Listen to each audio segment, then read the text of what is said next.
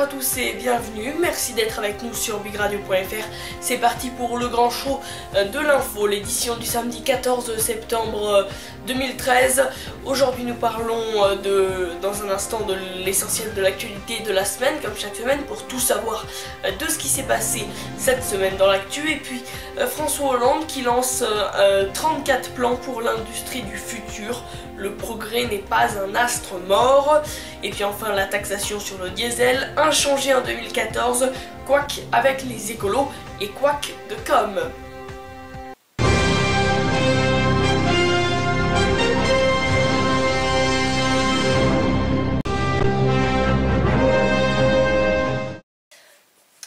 L'essentiel de l'actualité de la semaine pour tout savoir de ce qui s'est passé cette semaine dans l'actu a commencé par le braquage à la voiture bélier d'un bijoutier à Paris. Des bijoux et de l'horlogerie de luxe ont été dérobés lundi matin lors d'un casse-éclair à la voiture bélier chez le bijoutier Castries, rue Castiglione à Paris. Selon nos informations, les individus ont réussi à prendre la fuite à bord d'une Audi A3 immatriculée en Belgique qui a été flashée à 160 km/h sur le quai de la Rapée en direction de l'A4. Les retraites est entre 155 000 et 360 000 manifestants. Quelle mobilisation pour cette journée de mobilisation contre la réforme des retraites, hein, c'était mardi. D'après Thierry Lepont, le secrétaire général de la CGT, entre 360 000 et personnes ont défilé ce mardi un peu partout en France contre 155 000 selon les estimations des policiers. Ce n'est pas une bonne déferlante mais une bonne mobilisation, estime Jean-Claude Mailly, le leader de Force ouvrière.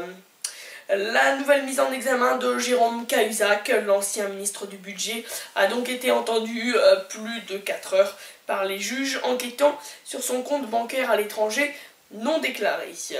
Le financement de la campagne d'Édouard Balladur et Nicolas Bazir, de nouveau mis en examen.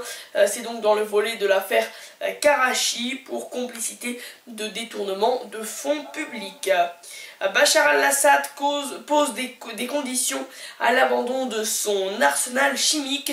Le président syrien a donc promis jeudi de placer sous contrôle international ces armes chimiques, mais seulement à la condition que les États-Unis stoppent leurs menaces et cessent de fournir des armes rebelles.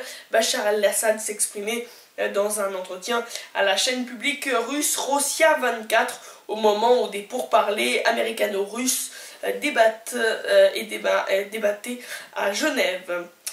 Chercheur et essayiste, Albert Jacquard se sera attaché durant toute sa carrière à rédiger des ouvrages de vulgarisation scientifique pour rendre la question de la génétique des populations accessible au plus grand nombre. Il est décédé jeudi à Paris à l'âge de 87 ans. 2 cadres mis en examen dans le scandale de l'affaire de la viande de cheval. 2 cadres de l'ancienne société Spanghero, au cœur du scandale de la viande de cheval vendue comme du bœuf, ont été mis en examen vendredi, notamment pour tromperie et escroquerie en bande organisée.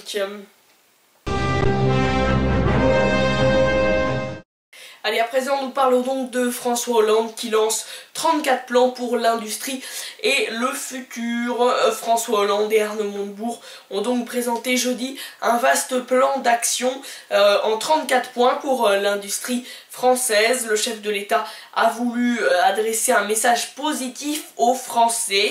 Il faut sauver le Made in France. Le gouvernement a donc dévoilé jeudi un vaste plan en 34 points de reconquête industrielle pour préparer un défi et au défi de la compétition mondiale les filières les plus prometteuses de l'industrie française. Ces points ont été développés par le président de la République François Hollande avec le ministre du redressement productif Arnaud Montebourg et en présence de plusieurs autres ministres. Pas d'annonce concrète jeudi matin à l'Elysée, mais il s'agissait surtout pour François Hollande de délivrer aux chefs d'entreprise et aux Français un message d'optimisme l'optimisme. Le progrès n'est pas un astre mort, a lancé le chef de l'État qui a vanté l'innovation, l'investissement et la créativité des entreprises. On est loin d'une gauche sanctionnant le capital et les mots de François Hollande étaient ceux d'un dirigeant social-démocrate assumé. En tout cas, eh bien, notre politique industrielle n'est ni libérale ni dirigiste, c'est ce qu'a expliqué le président français en vantant le pragmatisme au nom de l'excellence française. À travers ce programme, la France, forte d'une tradition d'ingénieurs et d'inventeurs, mais dont l'industrie a décliné depuis des années, veut retrouver une place majeure dans les grands pays industriels à l'horizon de 10 ans et conquérir des positions fortes en créant les objets du futur. Trois grands axes stratégiques seront définis par le président de la République: la transition énergétique et environnementale, la santé et le numérique. Les plans doivent permettre à terme d'augmenter la part de l'industrie dans le produit intérieur brut français et les emplois. L'ensemble est le fruit d'une analyse d'1 an au sein du ministère du redressement productif avec le concours du cabinet McKinsey qui a aidé à concentrer les forces sur les points forts, les atouts de l'industrie française. Notre socle est très rétréci mais c'est très solide, c'est une base pour redémarrer et partir à la conquête de marchés nouveaux et recommencer à faire croître nos parts de marché, a souligné Arnaud Montebourg qui a appelé à une renaissance de l'industrie. Selon les estimations du cabinet McKinsey, les 34 plans industriels pourraient se traduire en 10 ans par près de 480 000 emplois industriels, soit créés, soit renforcés là où ils étaient menacés. Le projet pourrait dégager 45 milliards d'euros de valeur ajoutée au bout de 10 ans et 18 milliards d'euros d'exportation en plus, une estimation jugée réaliste mais très volontaire par Arnaud Montebourg qui a placé le Made in France au cœur de son action.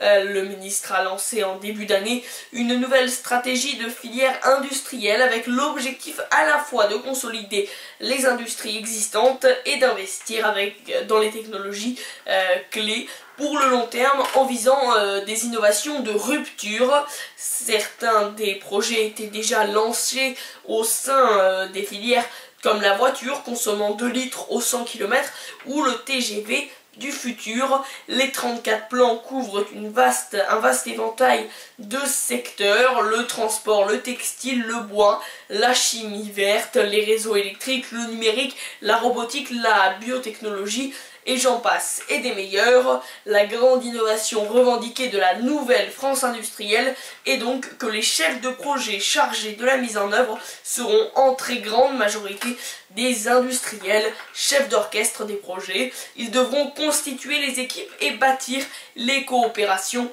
entre public et privé.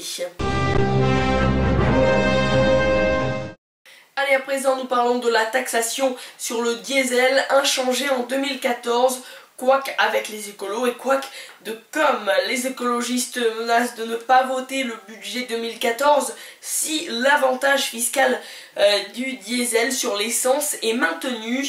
Après une affirmation du ministre de l'énergie allant dans ce sens, le gouvernement est revenu en arrière et tente d'apaiser le climat. L'avantage fiscal du diesel sur l'essence va-t-il être maintenu en 2014 alors que l'on croyait la question tranchée et que déjà la gronde des écologistes se faisait entendre? Le gouvernement a fait marche arrière, enfin presque. Philippe Martin, ministre de l'écologie et de l'énergie, a assuré avoir été mal compris par les journalistes. Je ne cautionne pas que je ferme la porte à une hausse du diesel ou que l'avantage fiscal sera maintenu. Je ne le sais pas et je ne le dis pas, a déclaré Philippe Martin, affirmant que la question de la fiscalité du gazole n'avait pas encore fait l'objet d'un arbitrage particulier. Pourtant, les journalistes présents ont retranscrit fidèlement ses propos qui, de surcroît, avaient été confirmés par le ministre des Relations avec le Parlement, Alain Vidalis. Dans Question d'info, enregistrée à la mi-journée et donc au moment de la conférence de presse de Philippe Martin, Alain Vidalis a confirmé sans ambiguïté que la piste d'une taxation de gazole, dans la mesure où elle est très pénalisante pour un certain nombre de ménages, est à ce jour abandonnée, que l'Élysée ou Matignon ait demandé au ministre de revenir sur ses propos ou qu'il ait fait de lui-même, pas sûr que cela suffise à calmer les écologistes. Il y a des marqueurs de l'utilité et de la capacité des écologistes à se faire entendre au sein du gouvernement, a ainsi averti Pascal Durand, le secrétaire national d'Europe Écologie Les Verts, en se refusant toutefois à parler de ligne rouge, mais précisant que le diesel réputé cancérigène et la transition énergétique sont deux de ces marqueurs. Le budget 2014 tel qu'il a été présenté est illisible et pas votable en l'état, avait de son côté déclaré François de Rugy, coprésident du groupe écologiste à l'Assemblée nationale, et Pascal Canfin, ministre délégué au développement, s'était dit très surpris de l'annonce du gouvernement de ne pas taxer davantage le diesel, qui est pourtant une demande expresse des écologistes.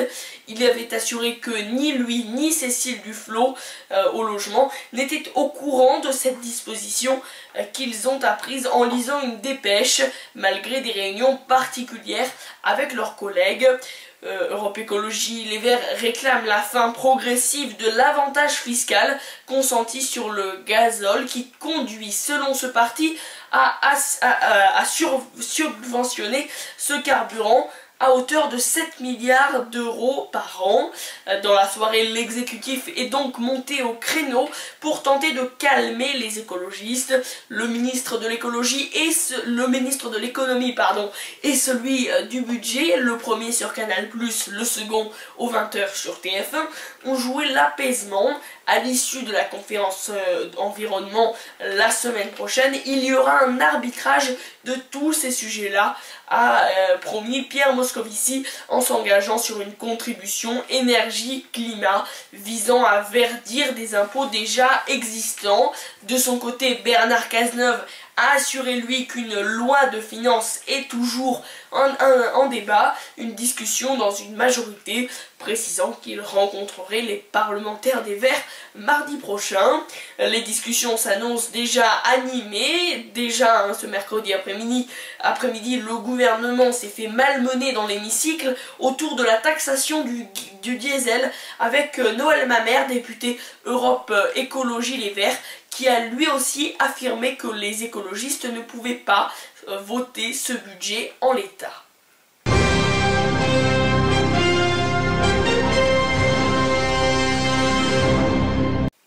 C'est la fin de cette émission, merci à tous et toutes de l'avoir suivi et rendez-vous demain sur Big Radio pour la deuxième édition du Grand Show de l'info. À demain.